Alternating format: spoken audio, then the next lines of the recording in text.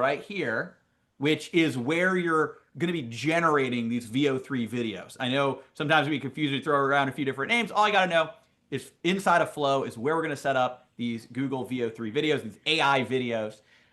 You don't need to know all the names to know it's going to be awesome.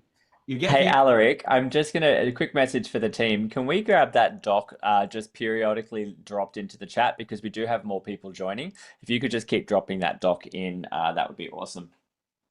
Excellent. So you're going to go to this page. You're going to go ahead, get to Flow, click Create with Flow, and then you're going to be right here inside of Flow.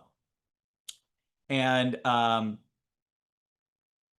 hopefully this document holds up here. But anyways, so that should all be good to go.